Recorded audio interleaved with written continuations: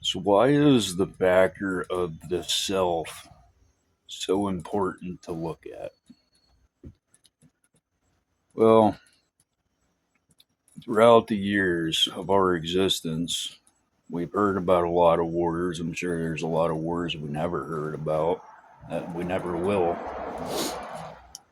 And a lot of these wars were started over a lot of stupid things. There was one back in, I want to say it was Arkansas, 1840, but I was listening to a podcast of it one night, and it was so interesting. And basically, it was about this black kid was coming out of a store, and a white woman was coming in, and he bumped into her, and she said that he assaulted her. So they took him to the jail, and the kid was like 15. And all these people wanted this kid lynched. They literally uh, lined up outside of the police headquarters demanding that they get this kid. And eventually they broke in and got him and then lynched him. And after that, and this place had a lot of black people because it was becoming a large uh, manufacturer of oil. And so a lot of these black families were getting into the oil business. And so there was a lot of black people coming into this neighborhood, and the whites, as we all know back then, they really didn't like them. And what happened was the entire town started a war of whites against blacks. They were going through every black person's house, taking these people out, torching their houses and killing them and this and that. And I thought, damn, just over this kid supposedly assaulting this woman. So the individual reality is kind of a parallel path to the objective reality, the reality that just exists. And then the way we perceive it is our individual reality based on the information we know. So when we look at the self, it's like everybody's just trying to make it, right? And we're told how to make it because people before us established what we have now, creating the reality that we have today. Hey, Cody, close the door. Close the door. Hold on, guys. I'll be in a minute. I'll be in a minute.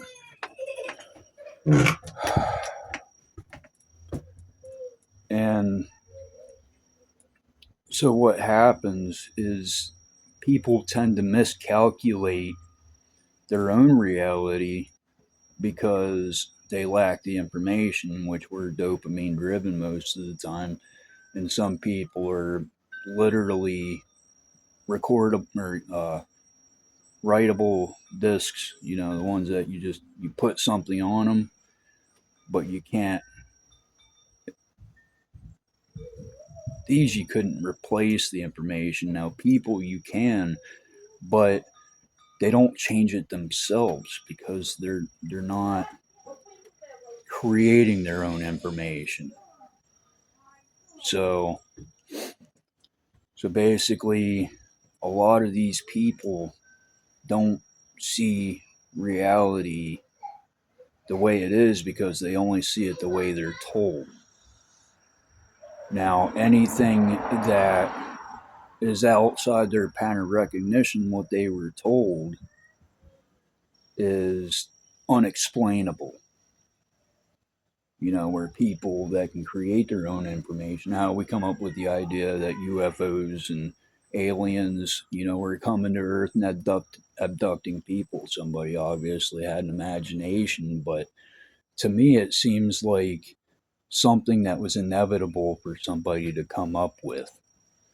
Even the abduction part, some people may think, oh man, that's weird, but I'm sure people thought about this like way, way, way before we you know, established anything, because thought can go to some very strange places.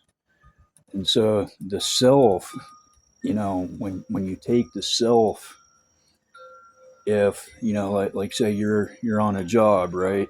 You can either figure it out yourself, or you're going to have somebody show you how to do it, and then you're going to know how to do it.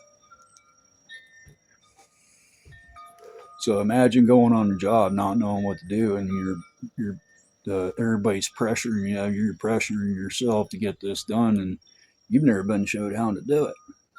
Well, the reaction of that is going to be individualized. Like, it's going to be a pattern that you're going to have the same reaction that you normally would in that situation, depending on your mood, depending on your disgruntledness, whatever. If you're having a bad day, you're more likely to be in the pattern of the other times you've had a bad day. So the self is really unreliant in the perception that people will go for what they want if they're not told.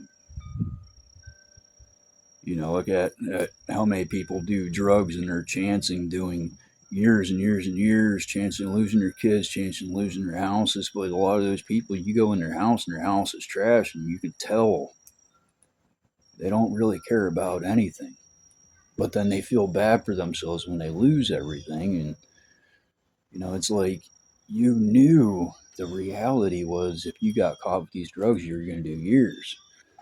But the point is, they can help themselves, but a lot of these people do it for a certain reason, to escape reality, for connection, so they don't think about so much negative stuff. And when you're on drugs, things make sense in a way that they don't make sense when you're sober. So you're creating your own reality where it doesn't matter if this stuff makes sense. You're just off in la la land. You're time dilating. You're doing a lot of things. You're feeling good. You're feeling like your anxiety never existed.